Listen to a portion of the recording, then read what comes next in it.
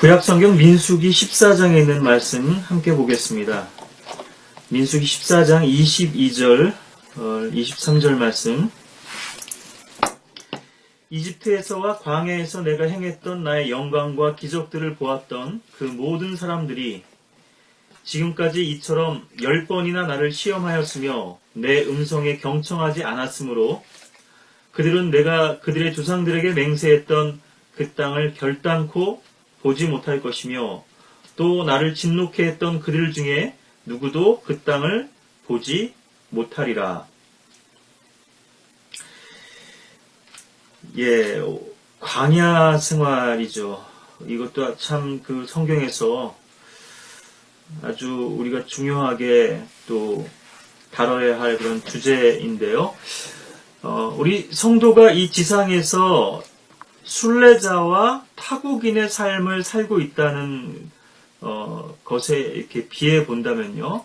그런 영적인 또 연관성에서 보자면 또 사도행전 7장에도 나오지만 광야의 교회라고 그렇게 또 구약의 이 광야 여정을 신약 성도들에게, 신약 교회에 그렇게 또 적용하는 또 그런 구절도 있고요. 출애굽기는 이제 이집트로부터의 탈출을 다루고 있죠. 예, 출애굽기 2장에서 6월절 그 밤에 어린 양의 피의 구속을 통해서 세상으로부터 탈출하고 있고요. 또 14장에 이르러서는 홍해 사건을 통해서 파라오와 그의 군대를 수장시키고 그 홍해를 건너서 이제 광야의 여정이 시작되는데요.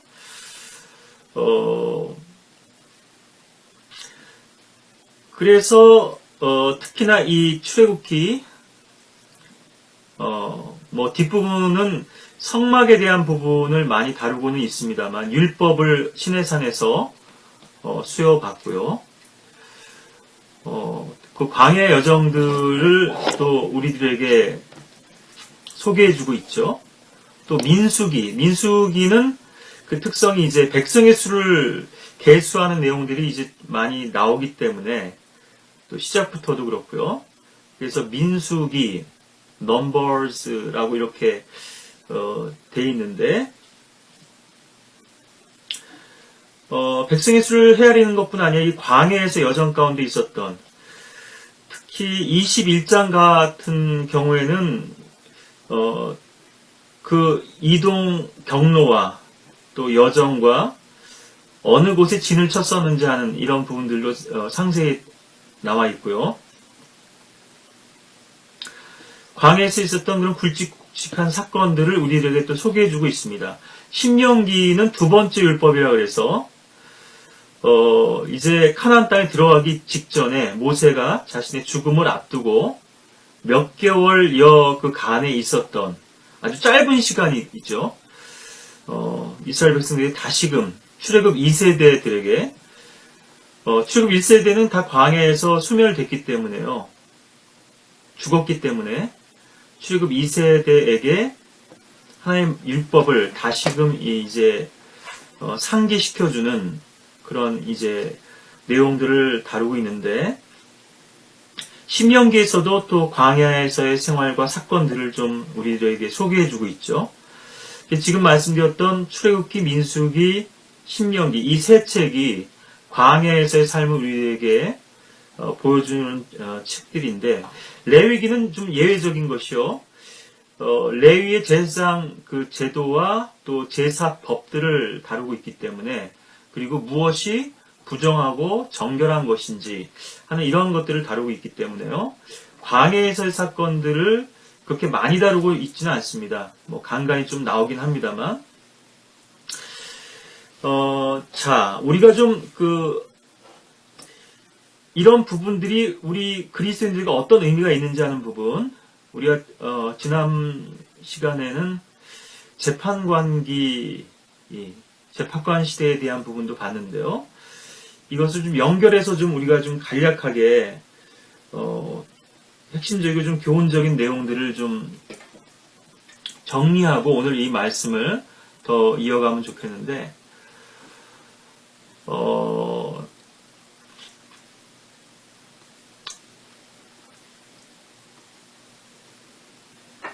카데스 바네아에서 시내산 율법도 받고요.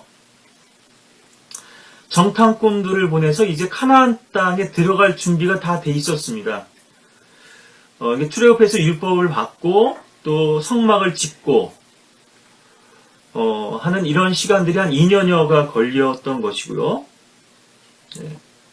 그러니까 38년 전으로 돌아가는 거죠. 카나안 땅에 입성하기 38년 전으로 돌아갔을 때 그 시점에서 보자면 그때 이스라엘 백성들이 하나님의 말씀을 믿지 않고 불평하고 주님의 뜻에 거역했기 때문에 결국 오늘 지금 이제 우리가 이 민수기 14장에서 봤던 것처럼요. 바로 그 대목이죠. 이 정탐꾼들을 보냈던 바로 카데스 바네에서의 그 사건을 지금 다루고 있는데 여기서 바로 여호수아와 칼렙이 두 정탐꾼 중에 두 정탐꾼이었던 거죠. 12명의 정탐꾼들 중에 두 정탐꾼이었는데 이때 벌써 10번이나 너희가 나를 시험하였다. 내 음성에 경청하지 않았다. 그래서 하나님께서 진노하시고 이들을 결국은 카나안 땅으로 인도하실 수가 없었던 거죠. 그리고 나선 계속 38년 동안의 방황이 시작됩니다. 물론 그것이 그렇게 길어지라고 생각은 못했겠지만요. 여기도 뒤에 좀 더 보시면 27절부터 29절까지만 30절까지 더 볼까요? 주께서 모세와 아론에게 일러 말씀하시기를 나를 거역하여 불평하는 이 악한 회중을 내가 언제까지 참으랴? 그들이 나를 거역하여 불평하는 바 곧 이스라엘 자손의 불평들을 내가 들었노라. 그들에게 말하라. 주가 말하노라. 진실로 내가 살아있거니와 너희가 내 귀에 말한 그대로 내가 너희에게 행하리니. 차라리 이집트로 돌아갔으면 좋겠다. 예. 대장을 세워서 돌아가자. 지금 14장 3절 4절 최근에도 봤던 말씀입니다만, 예. 니들이 한 말대로 해주겠다, 내가. 정말 그걸 원한다면, 그렇게 해주마. 이렇게 된 거죠. 하나님께서 답답하시니까. 29절에 너의 시체가 이 광야에 쓰러질 것이며, 20세 이상으로 너희의 전체 수에 따라 너희 가운데서 계수받은 모든 자, 즉, 나를 거역하여 불평하였던 자들인 너희는 여푼네의 아들 칼렙과 눈의 아들 여호수아를 제외하고는 내가 너희로 거기에서 살게 하리라고 맹세했던 그 땅에 절대로 들어가지 못하리라. 예, 좀 더 보실까요? 그러나 너희 어린 것들 즉 너희가 말하길 먹이가 되겠다고 한 그들은 내가 데리고 들어가리니 그들은 너희가 멸시하였던 그 땅을 알게 될 것이라. 그러나 너희로 말하면 너희의 시체들은 이 광야에서 쓰러지리라. 너희 자손들은 너희의 시체들이 광야에서 소멸될 때까지 40년간 광야에서 방황하며 너희의 음란을 담당하리라. 너희가 그 땅을 탐지한 날수를 따라 그 40일의 하루를 1년으로 하여 40년간 너희가 죄악을 질지니 그리하여 너희가 나의 약속의 파기를 알리라 하라. 계속 보면은 35절도 그렇고요. 광야에서 소멸된다. 광야에서 쓰러지리라. 예. 소멸될 때까지 모든 전사들이 소멸될 때까지 이런 표현들이 이제 많이 나오거든요. 예, 29절에서도 너희 시체가 이 광야에 쓰러질 것이며 예. 계속 이러한 표현들이 29절, 32절, 33절, 네. 35절 계속 반복해서 나오고 있고요. 여기 이 대목뿐 아니라 이 민수기, 또 출애굽기, 민수기, 이 신명기 주로 이제 민수기에 많이 나오죠. 제가 말씀드렸던 이 광야 생활을 다루는 이 말씀 가운데서 이런 부분들이 이제 강조되고 있거든요. 이 표현들이요. 그래서 결국은 이제 광야의 여정이 40년간 되리라고 하는 것을 이미 38년 전에 이렇게 주님께서는 정하신 건데요. 참 안타깝기도 하고 아이러니한, 그렇게 카나안 땅에 이집트를 탈출해서요, 그 노예 생활을 끝내고 약속된 땅, 젖과 꿀이 흐르는 그 땅으로 들어가기를 열망했는데 정작 이집트에서 나오게 되니까 이 광야 여정 가운데서 이들이 너무나 이제 그 이스라엘 백성들이요, 지쳤던 거죠. 한번 광야의 삶을 여러분들이 한번 생각해 보십시오. 얼마나 이것이 고단한 삶이었겠는지. 장막 생활 아니겠어요? 그러니까 날마다 하는 일이 뭐냐 하면 이동을 해야 되니까요. 불기둥과 구름기둥이 이동하면 가야 돼요. 죽으나 사나 가야 돼요. 따라가야 된단 말이에요. 그럼 장막을 걷고 짐을 싸고 이동을 하고 그 떼약볕에 내리쬐는 태양의 열기 아래서 광야잖아요. 막막한 그 길을 가야 되죠. 길이라는 게 없잖아요. 목자의 인도에 따라서 가서 또 이 이동 거리가 하루에 끝나면 좋겠지만요. 만약에 연속해서 며칠을 가야 된다. 그러면 잠을 또 자야 되잖아요. 또 먹을 것도 먹어야 되지 않겠어요? 그럼 장막을 치고, 그럼 끼니도 사실은 이동 중에는 제대로 먹을 수가 없다는 얘기가 되거든요. 뭐 간단하게 먹든가 아니면 굶든가.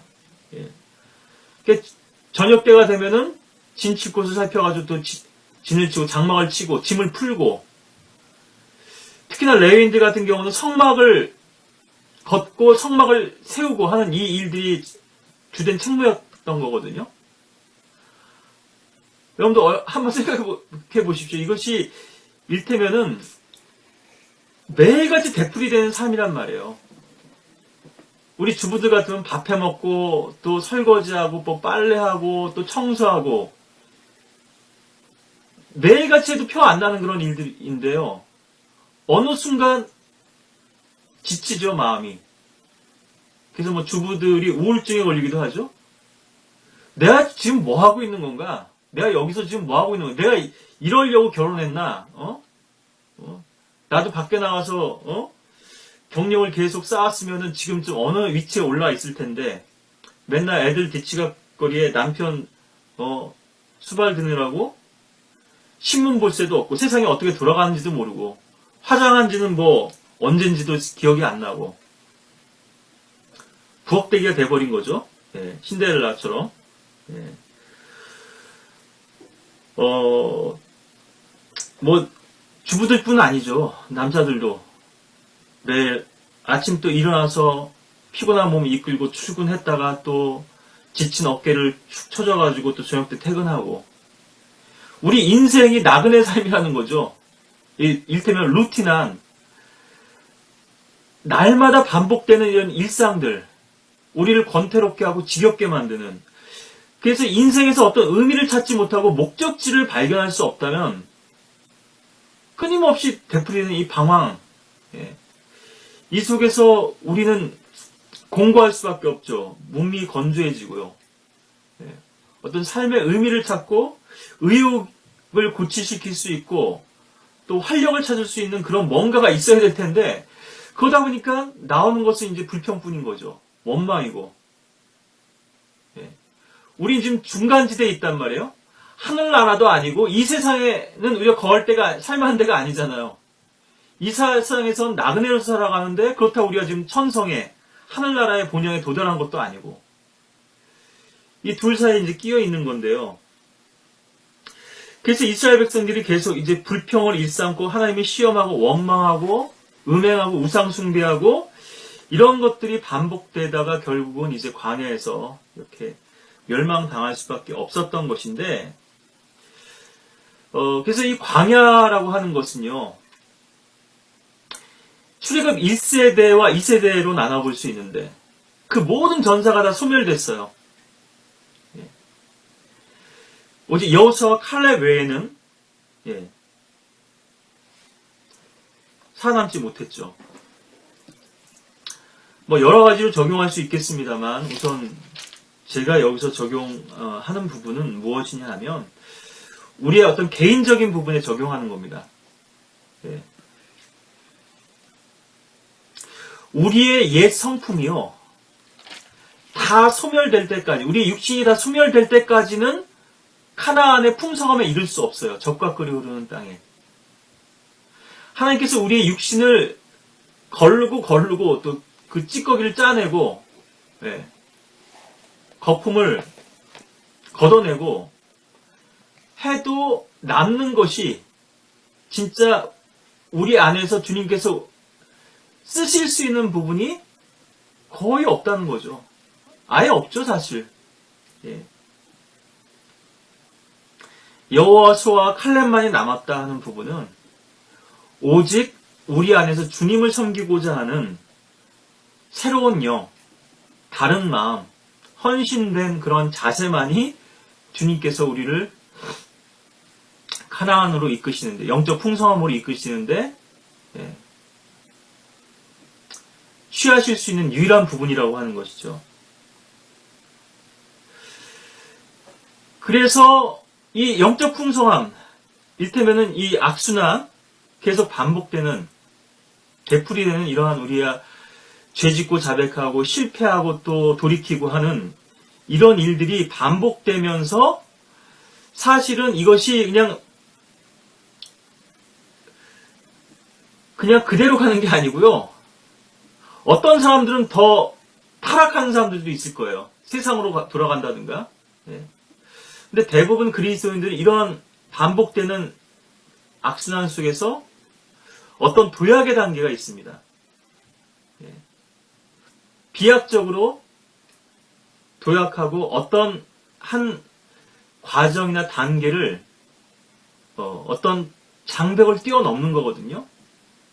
그래서 이제 그 죄로부터 이제 해방되는, 예, 우리가 몸의 구속을 입기 전까지 죄를 아예 안 질 수는 없지만요, 좀 더 자유로워지고 더 성숙하게 되는 이런 과정들이 또 우리 그리스도인의 이제 성장의 과정 속에서 있는 건데요.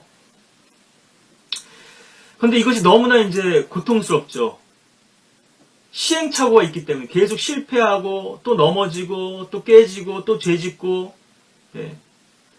우리가 실패하지 않고 배울 수 있으면 참 좋겠는데, 예, 그렇지 못하고 실패를 통해서도 배우지 못하는 것이 대부분의 사람들의 문제고요. 또 모든 사람들의 사실 문제죠. 예. 잘 못 배우거든요. 또 그렇게 배운 다음에도 배워놓고도 그렇게 힘들게 어렵게 배워놓고도 그 교훈을 잊으면 안 되는데 또 망각해버리거든요. 또다시 또 실패로 돌아가고 또 밑바닥에 굴러 떨어지고, 이것이 이제 이스라엘 백성들의 삶이기도 했지만 교회 시대 성도들의 또 삶이기도 하거든요.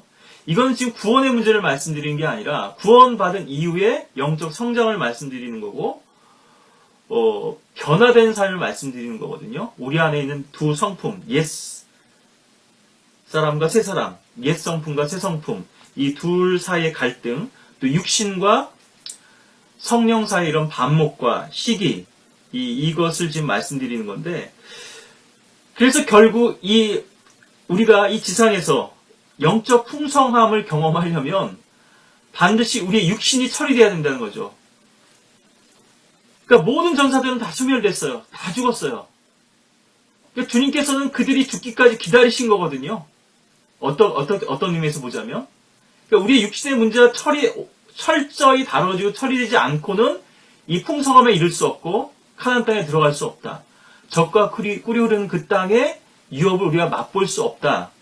이러한 측면에서 이 부분을 이제 우리가 영적으로 우리 개인의 삶에 좀 적용했으면 좋겠고요. 또 하나는 카나안 땅에 들어간 다음의 삶입니다. 출애굽 1세대와 2세대가 나뉘었던 것처럼요. 1세대는 옛사람을 영적으로 상징하는 것이고, 2세대는 단순히 이렇게 볼 수 있는 건 아니겠습니다만, 예,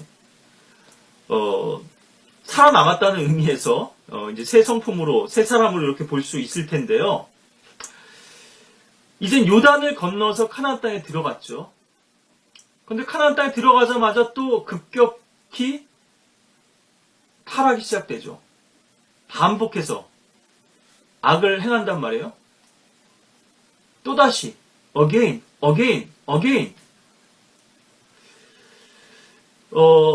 이 가나안 땅의 상황은 좀 이제 이 광야의 상황하고 좀 다를 수 있는데 우리가 영적으로 적용하는 데 있어서요. 그 거민들을 몰아내고 그 땅을 차지한 거죠. 하나님께 유업으로 주신 땅을 소유한 거죠. 대부분 분배해가지고. 그런데 완전히 몰아내지 못했어요. 그러니까 이 그리스도인의 몸 안에 성령께서 들어오신 겁니다. 이제 새 생명이 시작됐어요. 그럼 피조물로서 새 사람이 우리 안에서 창조가 되었어요. 그런데 문제는 이 거민이 남아있다는 거, 옛사람의 찢기가 아직 남아있다는 거거든요. 이 카나안 거민들, 그 민족들의 그런 풍습을 따라 이제 행하게 되는 거죠. 다시 이전의 삶으로 돌아간단 말이에요. 개가 토한 것으로 돌아가는 것처럼, 돼지가 진창에 뒹구는 것처럼, 한번 끝낸 삶이었는데, 홍해도 통과했고, 또 요단도 통과했는데, 우리가 때로 이렇게 타락하는 그리스도인도 볼 수 있죠. 예, 세상으로 돌아간다든가. 그런 아주 두드러진 경우가 아니라 할지라도 우리 안에 이제 육신이 계속해서 우리의 발목을 붙들고 늘어지는 그런 경우들이 있거든요. 그러니까 그 땅의 거민들하고 또 혼인 관계를 맺어요. 예. 같이 짝을 짓고 또 연락하고, 예. 그 육신이 완전히 처리되지 않으면, 완전히 몰아내지 못하면 이런 반복되는 또 악순환이 되풀이될 수밖에 없는 것이 또 성도의 삶에서 겪는 이제 고충인데요. 이것이 재판관계 상황이다. 예, 성도들이 구원받은 이후로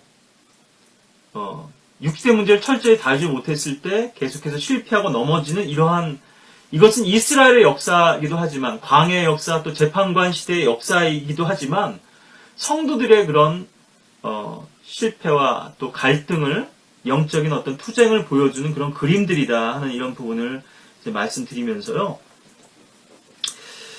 우리가 또 이 요단을 건넌 이 사건에 대해서는 우리가 다음에 또 말씀을 나눠볼 기회가 있을 것 같고요. 또 따로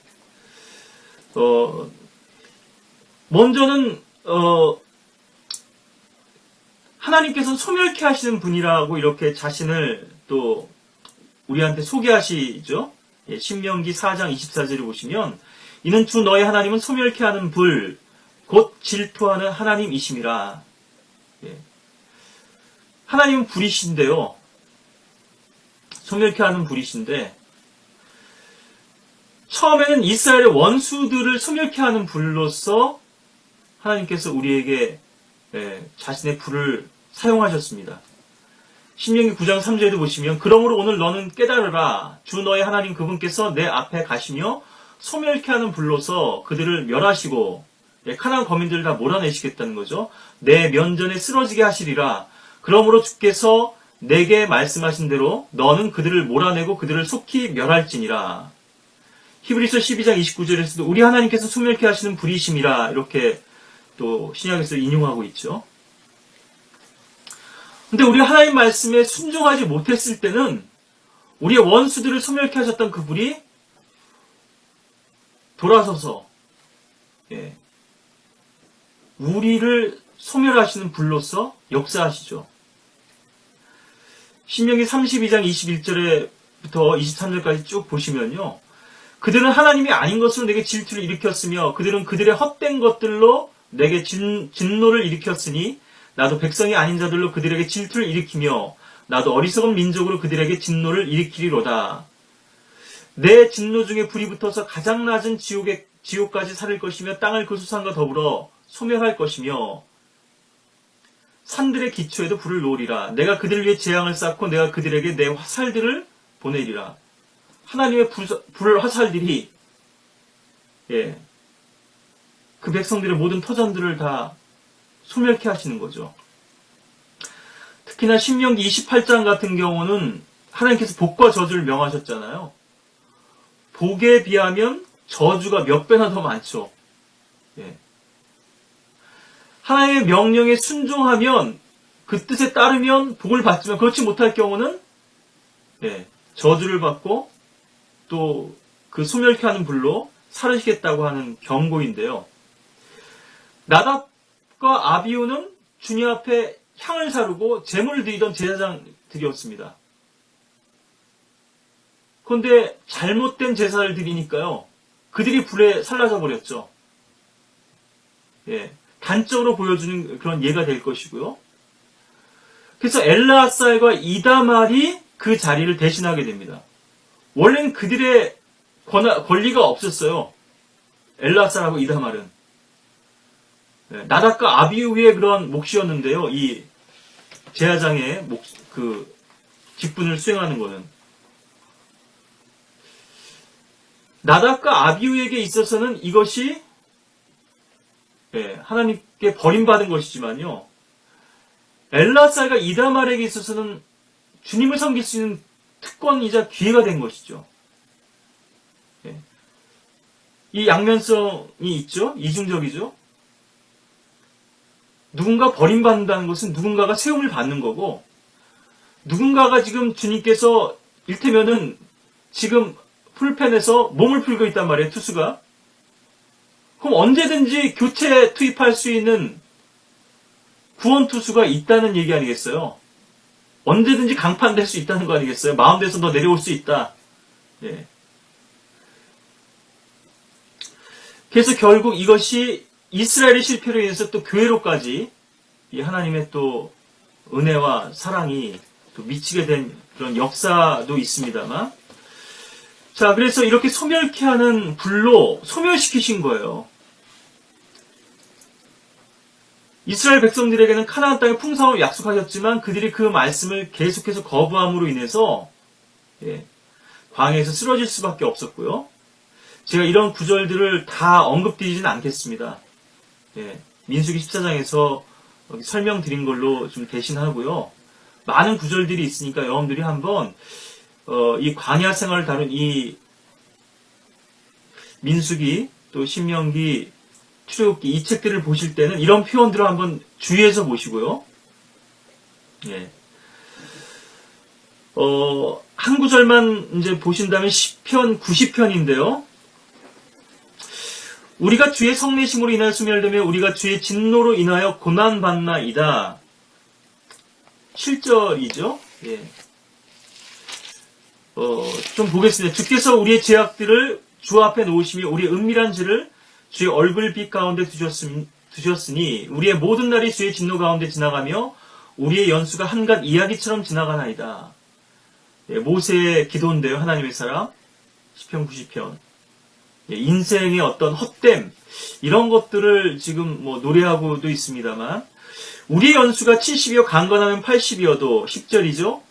그 연수의 힘은 수고와 슬픔이니 그것이 곧 끊어지면 우리가 멀리 날아가나이다. 누가 주의 성내심의 능력을 아나이까? 주의 두려움에 따라 주의 진노가 있나이다. 그러므로 우리에게 우리의 날들을 세도록 가르치시어 우리의 마음이 지혜에 이르게 하소서. 12절까지 7절부터 쭉 봤는데요. 특히 10절에서 우리의 연수가 70이요 강건하면 80이어도 이것은 역사적으로 보자면요, 광야에 있었던 이스라엘 전사들의 평균 수명을 얘기하는 거거든요. 이것을 우리 인생에도 적용할 수 있죠. 보통 우리 연수가 요즘은 70, 80 요 정도 되니까요. 그렇게 영적으로도 적용 가능합니다만, 역사적으로 보자면, 모세가 얘기한 이 70이요 80은 이스라엘 전사들의 수명이었던 거죠. 그러니까 20세 이상이 개수가 됐으니까요. 그럼 가장 낮은 나이를 20살로 보자면 38년이 지났으면은 58세가 되겠죠. 예, 카나안 땅에 들어가기 직전의 나이가. 가장 어린 나이는 58세 이전에 다 죽었던 것이고요. 예, 좀 나이가 많은, 그때 한 30, 40이 됐던 사람들이, 예, 70, 80, 이렇게 되는 거죠. 예, 모세는 120세, 예, 아론은 123세,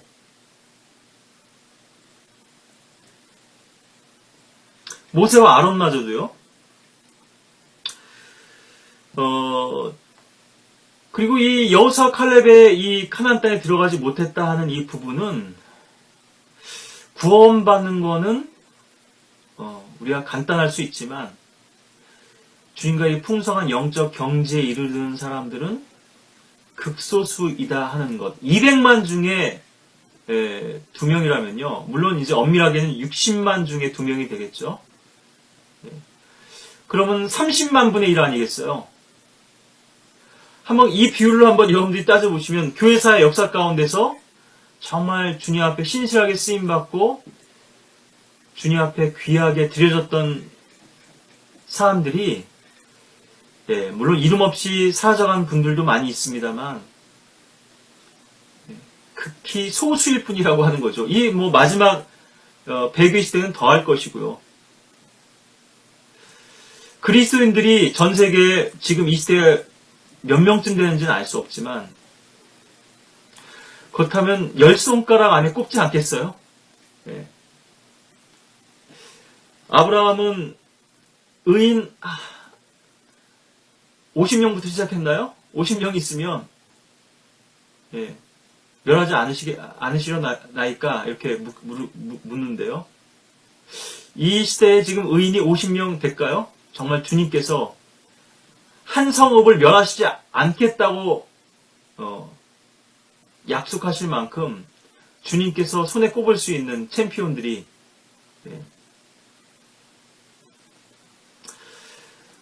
지금도 오래 참고 기다리고 계신 거죠. 죄인들에 대해서요.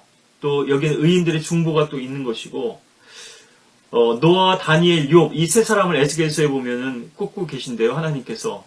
근데 그들이 있다 할지라도 그들 자신의 죄만을 해결할 뿐이다. 그들의 의로는. 그렇게 말씀하시죠. 얼마나 이스라엘의 죄악이 가득했는지 예레미야서 5장 1절 같은 데 보면은 의인 한 명만 있을 때 그 성을 멸하지 않겠다고. 여기서의 성읍은 예루살렘이죠.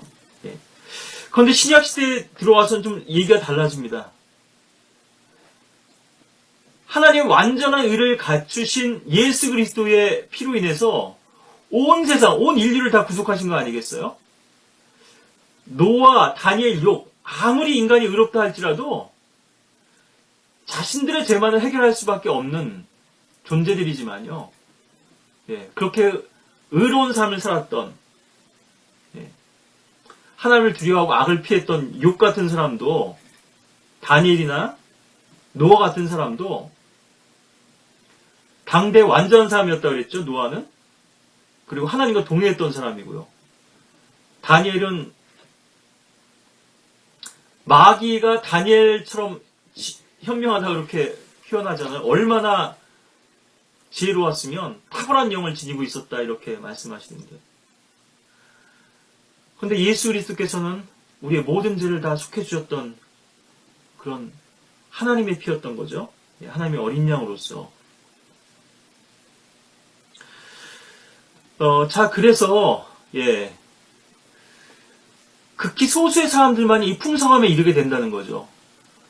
뭐 D.L. 무디 같은 분이라든가 정말 주님을 위해서 자신의 온 삶을 불태웠던, 주님만을 위해서 살기를 원하고 주님 위해서 언제든지 자신의 생명을 드리려고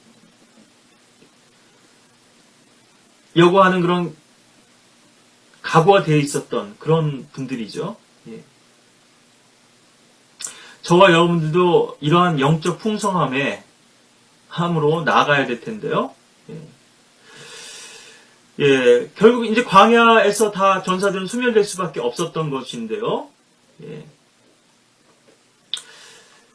특히나 시편 95편 8절 같은 데 보면 경노의 때와 같이 또 광야에서의 시험의 날과 같이 너희 마음을 완악하게 하지 말라.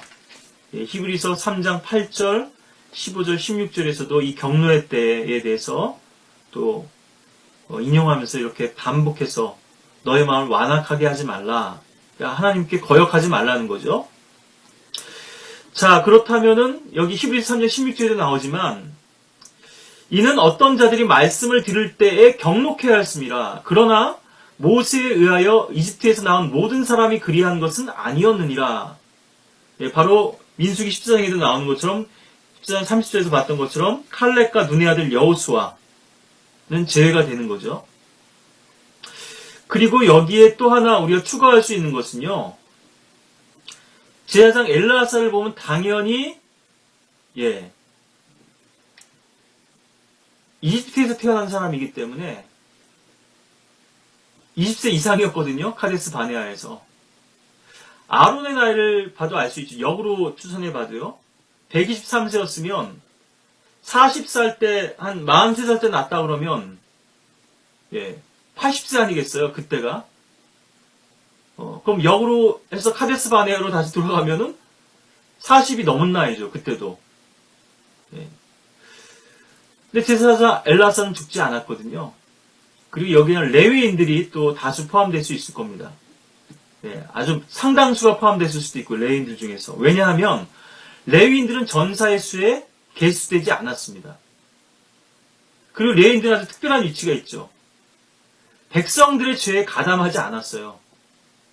오히려 피느하스처럼 창을 들고 와서 바알푸올에게 가담했던 연합했던 자들 중에서 우두머리들을 태양에 목매달았는데 그 중에서 한 사람은 그런 가운데서 간이 크죠.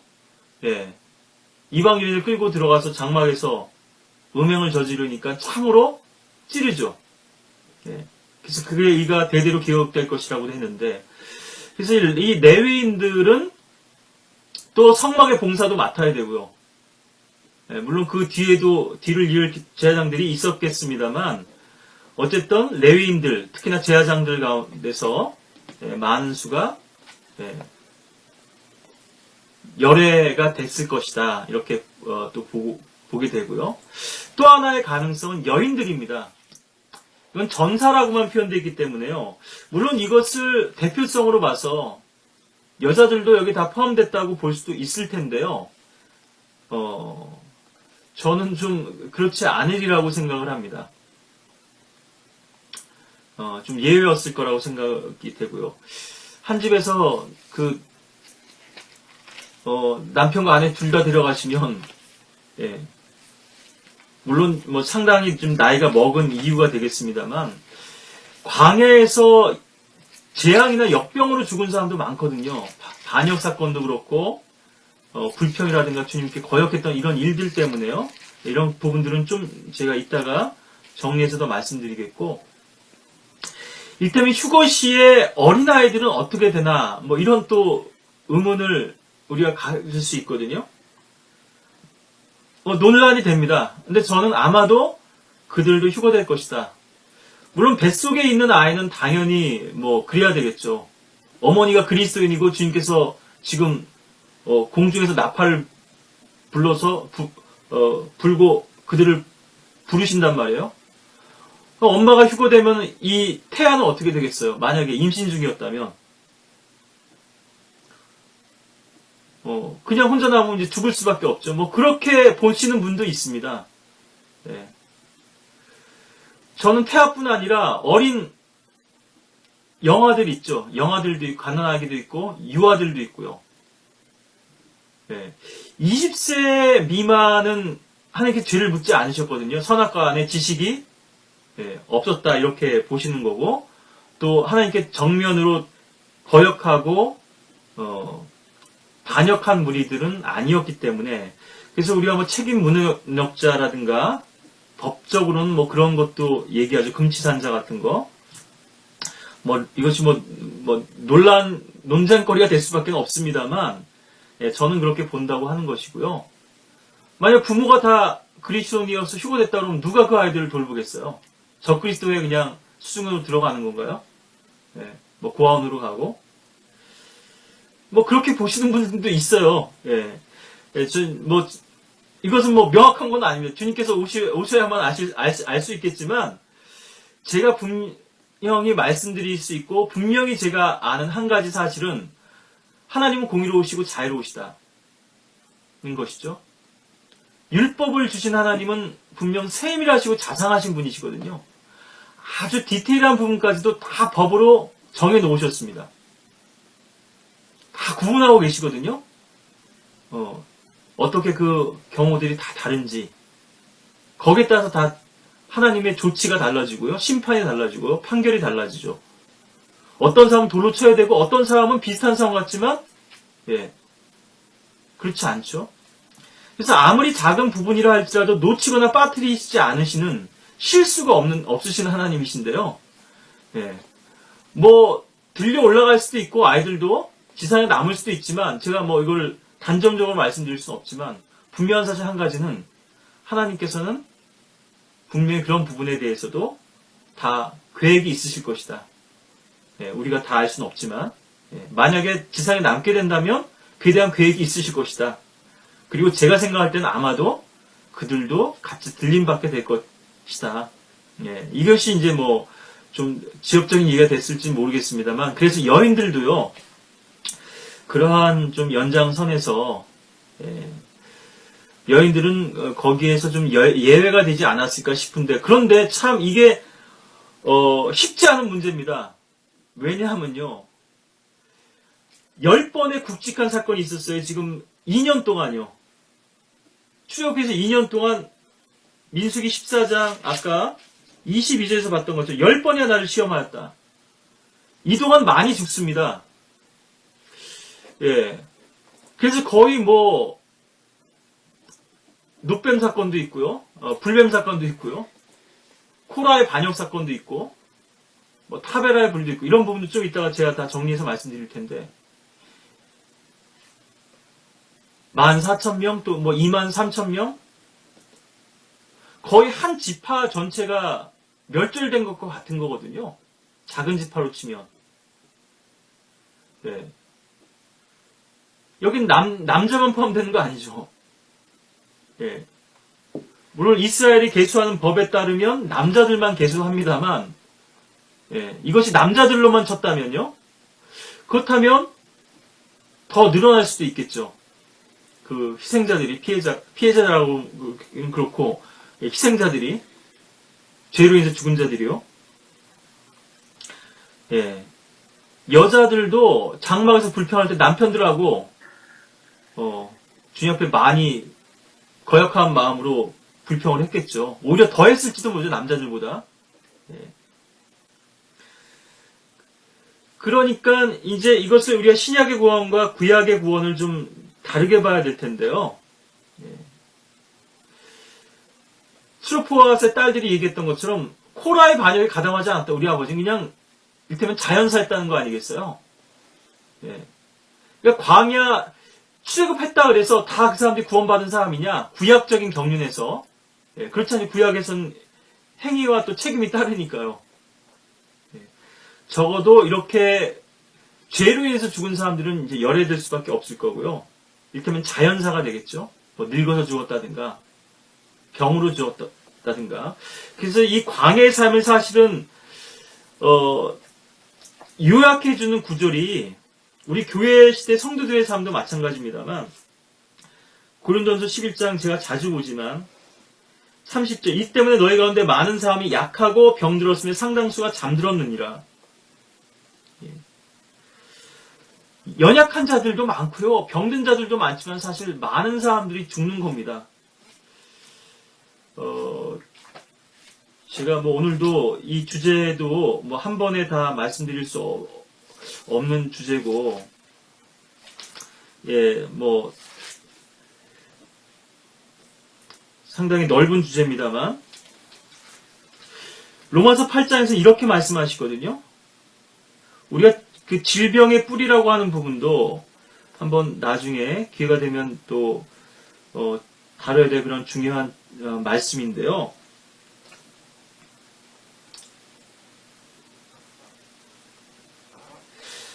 너희가 육신을 따라 살면 죽을 것이나 성령을 통하여 몸의 행실을 죽이면 살리라. 로마서 8장 13절인데요. 한번 그 전후 구절도 한번 여러분들이 더 보시고 그 전에 문맥을 한번 더 여러분들이 읽어보시면 좋겠고요. 실제적으로 죽는 거예요. 죄의 삭은 사망이라고 하셨죠. 이것은 지옥에서 사망만을, 영적인 어떤 심판만을 말씀하는 것이 아니라, 둘째 사망만을 말씀하는 것이 아니고 실제적으로요. 죄로 인해서 죽는 거거든요. 예, 먼저 되어가지고 취해 가시잖아요. 물론 모든 성도들이 다 죄로 인해서 먼저 취해 가시는 것이냐 그렇게 말씀드릴 수는 없지만 많은 경우 연약하고 병들고 잠들죠. 예. 육신을 따라 사면 결국은 죽게 됩니다. 여러분들의 건강 문제가 어디서부터 시작되는지 한번 돌아보셔야 돼요. 왜 내가 이렇게 요즘 몸이 피곤한가? 한번 주님과의 교제와 관계를 돌아보실 필요가 있어요. 환절기니까, 뭐 나이가 먹었으니까, 요즘 뭐 밥을 제대로 안 먹어서, 뭐 물론 그런 요인도 있을 수 있죠. 그렇지만 더 근원적인 요인은 영적인 이유거든요. 성령을 통하여 몸의 행실을 죽이면 너희 죽을 몸도 살리시겠다는 거예요. 예, 11절도 한번 보죠. 예수를 죽은 자들로부터 살리신 분의 영이 너희 안에 거하시면 그리스도를 죽은 자들로부터 살리신 분이 너희 안에 거하시는 그분의 영으로 인하여 너희의 죽을 몸도 살리시리라. 이거 성도들의 부활 얘기하는 거 아니잖아요. 물론 그것도 포함되어 있지만 이 지상에서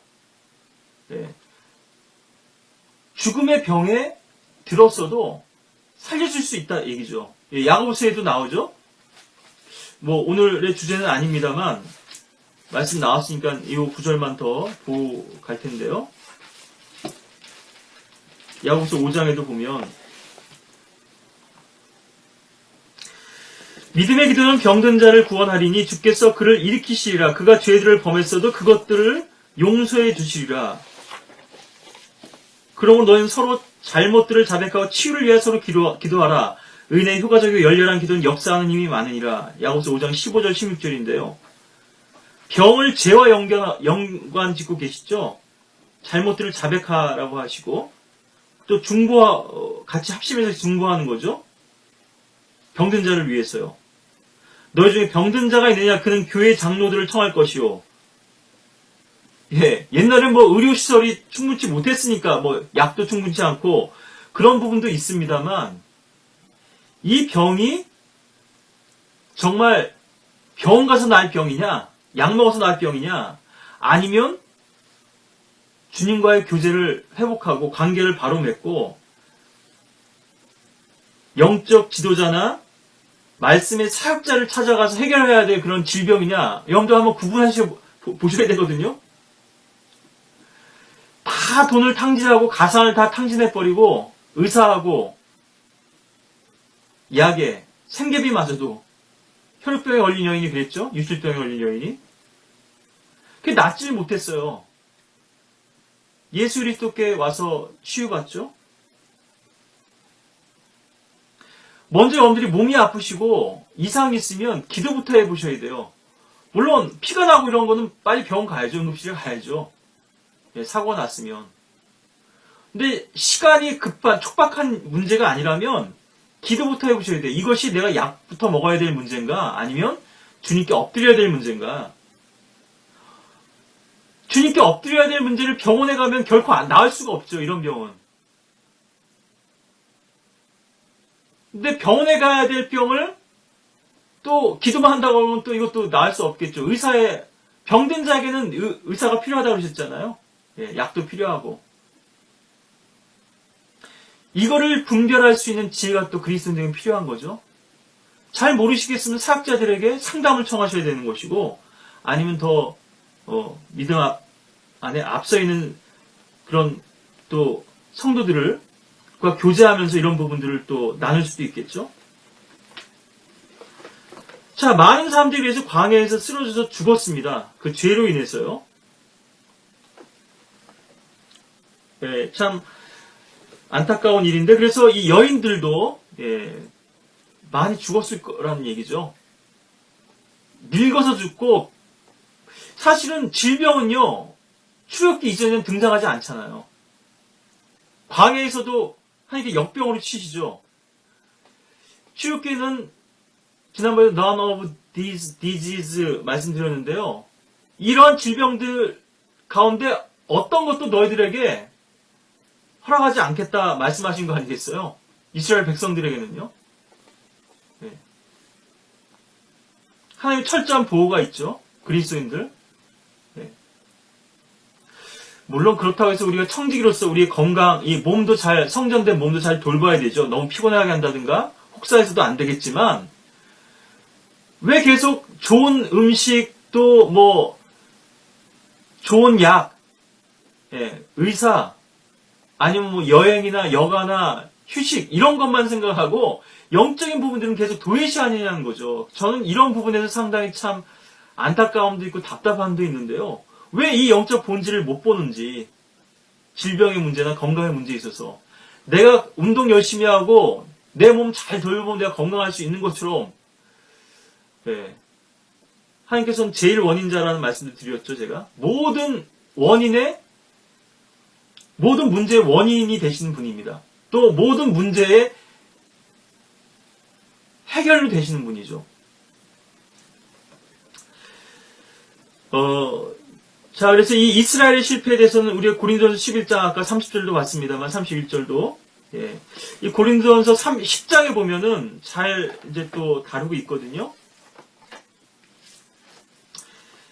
예. 오늘 뭐 시간이 많이 갔기 때문에 이 부분도 또 이렇게 좀 자세하게 전개하기는 어려우니까요. 제가 간단하게만 좀 짚고 넘어가면 10장 7절에 우상 숭배하지 말라 그러면서 금송아지 사건 출애굽기 32장에 나오죠.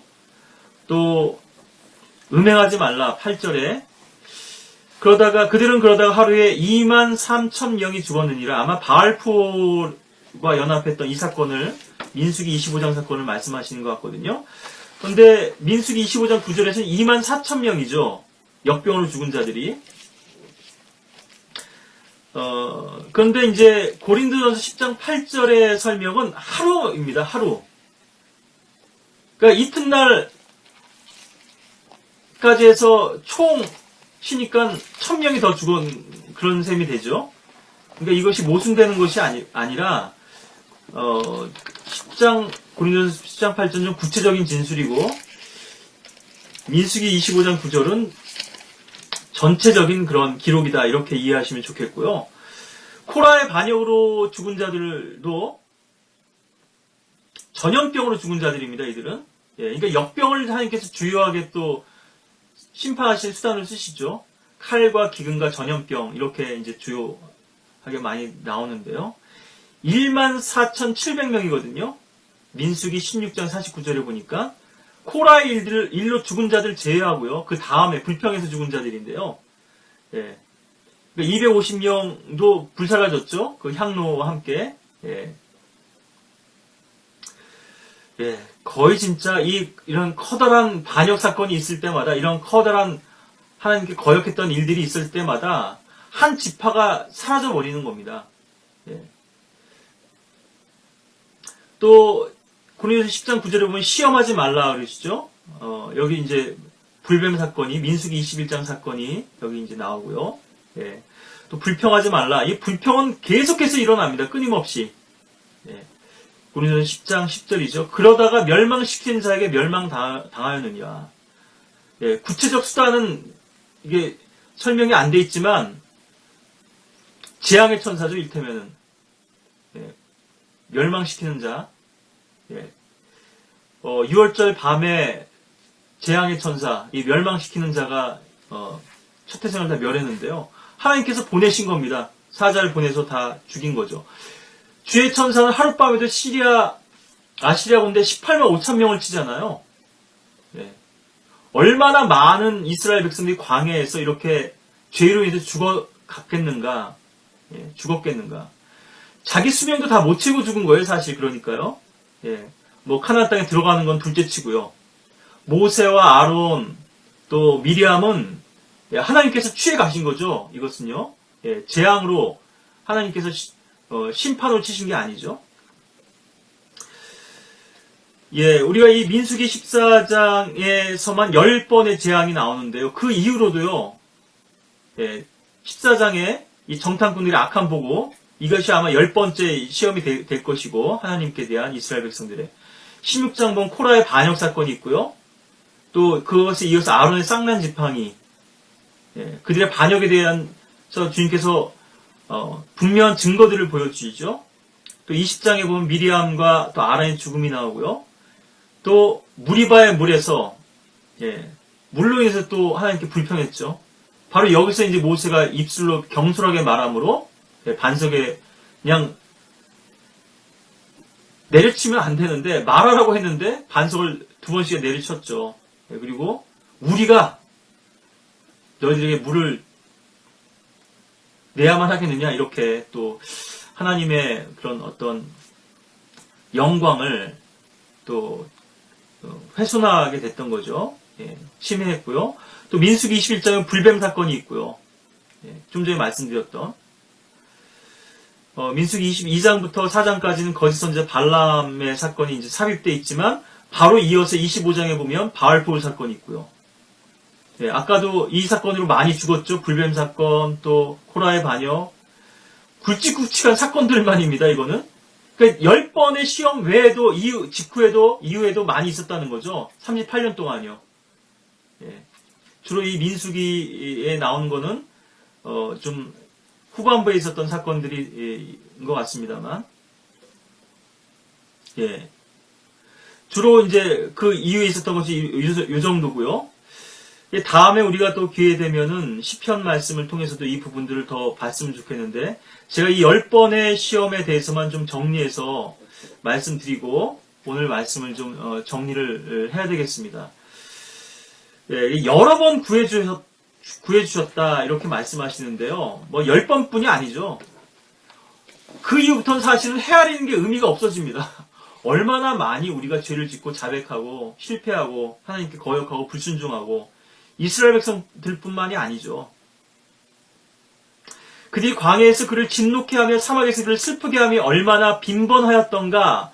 정녕 그들이 돌이켜 하나님을 시험하였으며 이스라엘의 거룩하신 분을 제안하였도다. 시편 78편 40절 41절인데요. 이 구절은 제가 다음에 더 설교를 하도록 하겠고, 여러 번 나를 괴롭혔도다. 너희가 어린 시절부터, 젊은 시절부터 여러 번 아직껏 나를 이기지 못하였도다 그러시거든요. 우리가 하나님을 이길 수 있겠습니까? 그렇게 거역하고, 예, 불평하고, 예, 원망하고 하더라도 고집 피워봐야 우리만 손해인데요. 빨리 주님께 항복하고 나와야 되는데, 백기 들고 손 들고 나와야 되는데 계속해서 자존심 내세우고 고집 피우죠.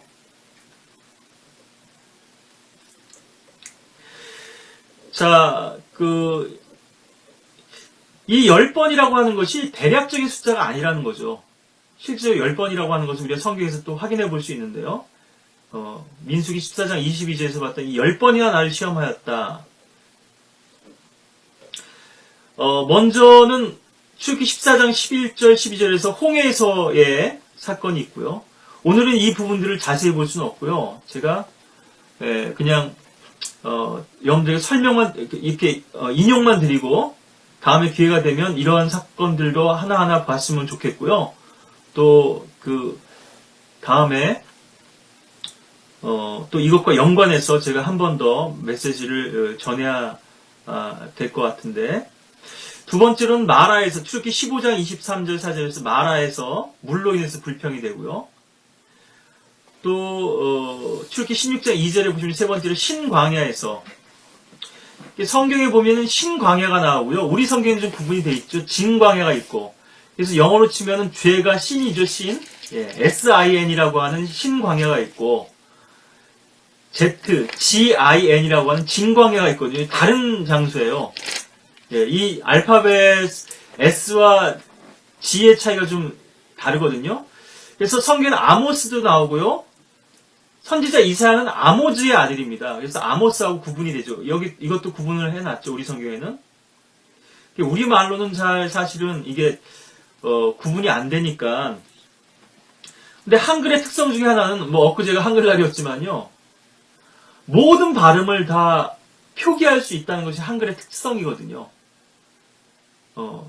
근데 이제 뭐, 한글 맞춤법, 외래어 표기법에 보면, 외국어를, 이제, 그래서 뭐, 일어도 그렇고, 불어도 그렇고, 러시아도 그렇죠? 뭐, 까라마조프, 뭐, 우찌무라, 이렇게 사시면 되는데, 표기는 우치무라, 이렇게 쓰거든요, 지금. 그게 맞춤법에 따른 건데, 그게 이제 된소리로 표기하지 않고, 거센 음으로, 경음으로 표기하는 것이 이제 원칙으로 돼 있어서 그런데, 어쨌든, 뭐, 임명의 지명 같은 거 표기할 때 이런 좀 차이가 있죠. 여우, 사팟이 있고, 여우 자팟이 있잖아요. 예. 영어로는 P 발음하고 F 발음이 이제 구분되는 건데, 우리, 말에선 참 그것이 구분하기 어렵죠. P하고 F 차이를.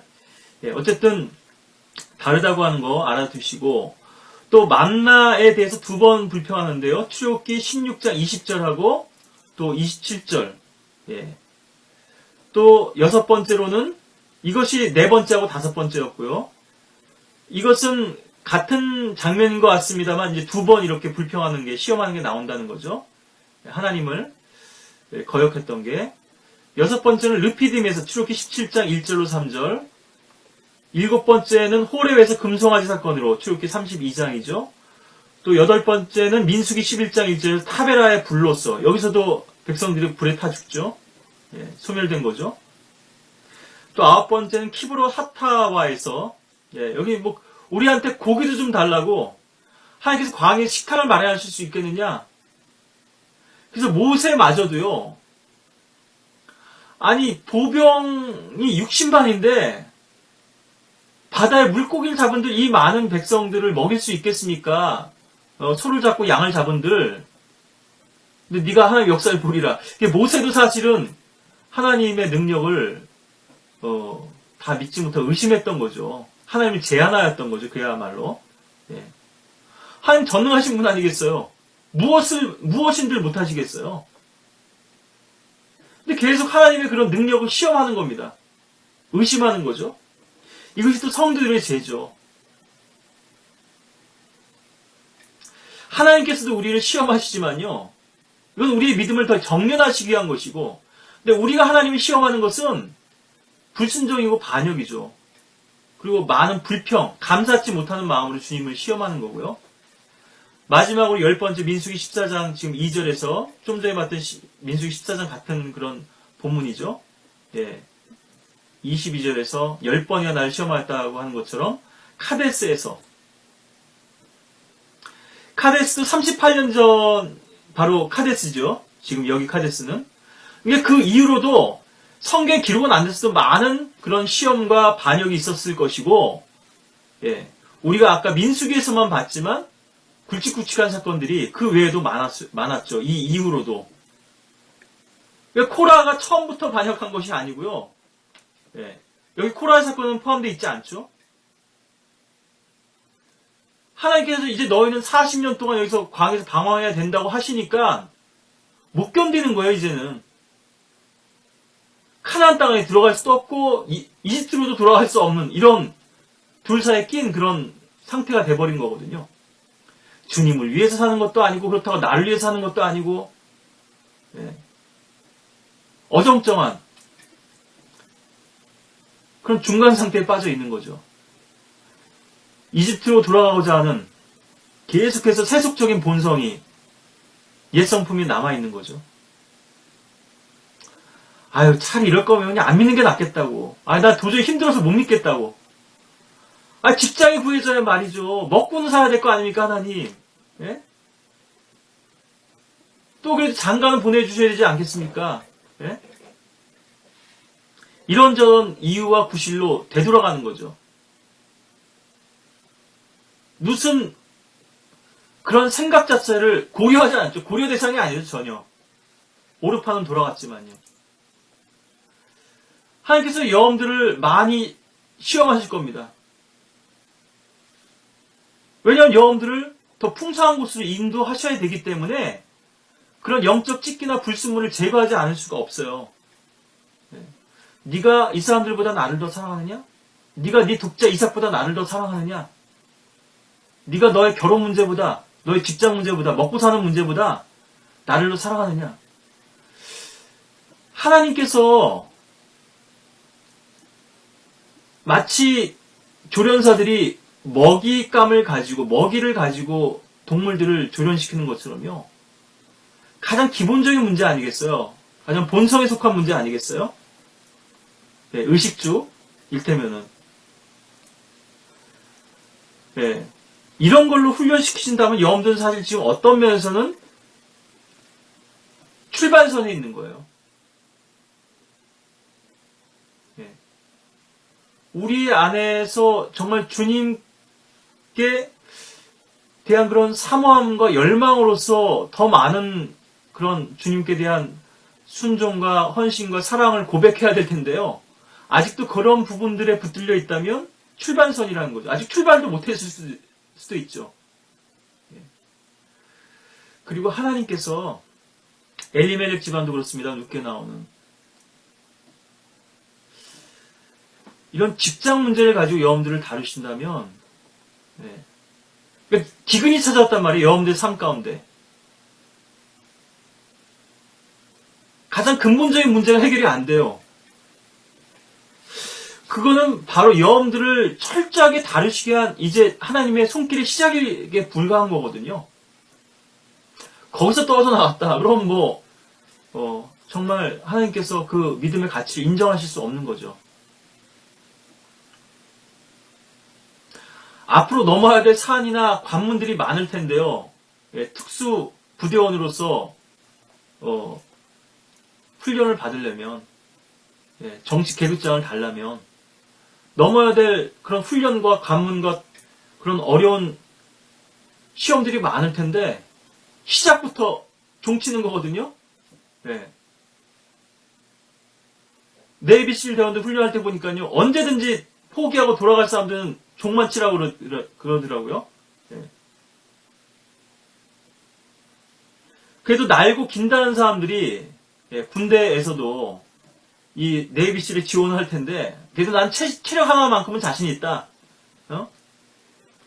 그래도 나는 남들보다 이거는 잘할 수 있다. 그래서 다 지원했을 텐데요. 그런 사람들 잠 못 재우고 물속에서 진차에서 이렇게 굴리니까요. 나 더 이상 못 견디겠다고. 종치고 이제 나고죠. 포기하고 중도 포기하고 가버리는 거예요. 거의 다 문턱에 이르렀는데 이거 제가 구원 문제 말씀드리는 거 아니거든요.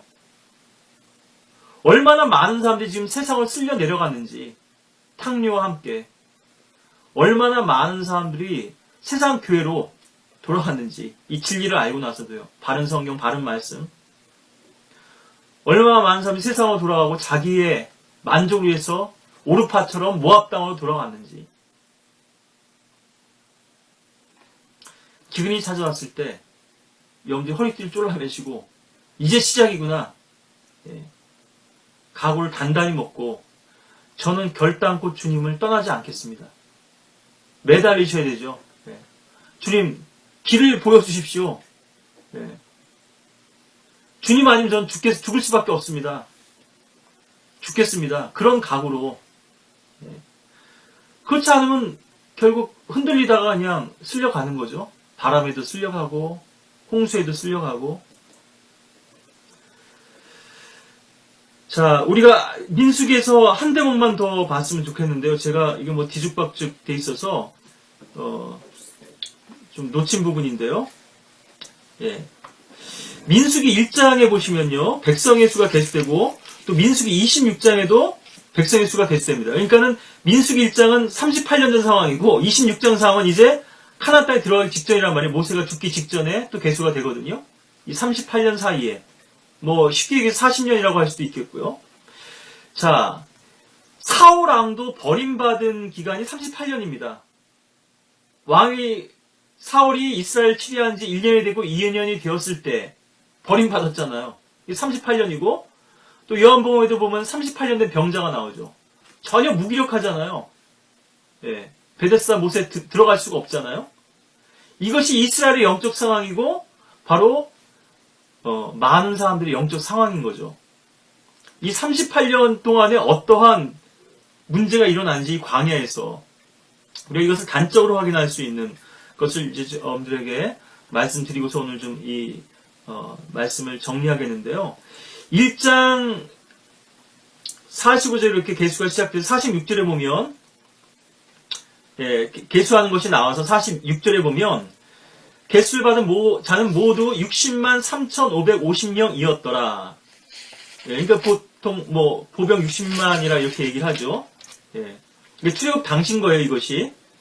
그 다음에 민수기 2장에서도 32절을 보면 60만 3,550명 똑같이 나오고요. 출애굽기 38장 26절에도 똑같이 나옵니다. 60만 3,550명. 그런데요, 이게 같은 사건이죠. 출애굽기 38장과 민수기 1장, 2장은 같은 그런 그 상황에서 시점에서 나온 것이죠. 민수기 26장 51절에 보면 이들은 이스라엘 자손의 계수받은 자들이니 60만 1,730명이었더라. 60만 1,730명. 오히려 한 2,000명가량이 줄었어요. 38년 동안에. 이스라엘의 성장은 40년 동안 정체되어 있었다는 거죠. 그것을 반증해 주는 거죠. 만일 우리에게 믿음이 없다면 우리 신약 교회들도 이스라엘과 같이 신앙이 정체될 수밖에 없겠죠. 저와 여러분들 개인적으로도 마찬가지고 교회적으로도 마찬가지죠. 믿음이 없다면 38년, 40년, 70년, 100년 아무리 많은 시간이 지났어도 우리 정체가 아니라 쇠락하고 타락하죠. 저와 여러분들은 어떻습니까? 여러분들 구원받은 지 얼마나 되셨어요? 바른 성경과 진리를 아신 지 얼마나 됐습니까? 어떤 사람들 모태신앙도 자랑하고, 어려서부터, 주일학교부터 교회 다니셨을 수도 있고, 어떤 분은 구원받은 지 얼마 안 되셨을 수도 있겠지만, 신앙의 연륜이 쌓였는데, 영적 성장과 변화는 어떻느냐는 거죠. 저 역시나, 부끄럽고 늘 돌아보면 부족한 부분이 더 많습니다만, before, after, 우리의 삶의 변화와 성장, 좀 더 주님께 대한 헌신과 도약과 믿음의 성숙이 있어야 되지 않겠는가. 저와 여러분들 모두 이 광야 생활 또 이스라엘 백성들의 광야의 삶 가운데서 주님을 시험하거나 원망하거나 불평하거나 거역하는 자들이 아니라 주님께 순종하는 마음으로 살같은 마음으로 나아오셔서 오직 주님의 능력만을 의지하고 주님의 지팡이만을 따라서 주님께서 우리를 이끌고자 하시는 적과 꿀이 오르는 가나안 땅으로 담대히 믿음으로 들어갈 수 있는 그런 주님의 백성들이 되기를 또 주님의 양떼들이 되기를 바라겠습니다.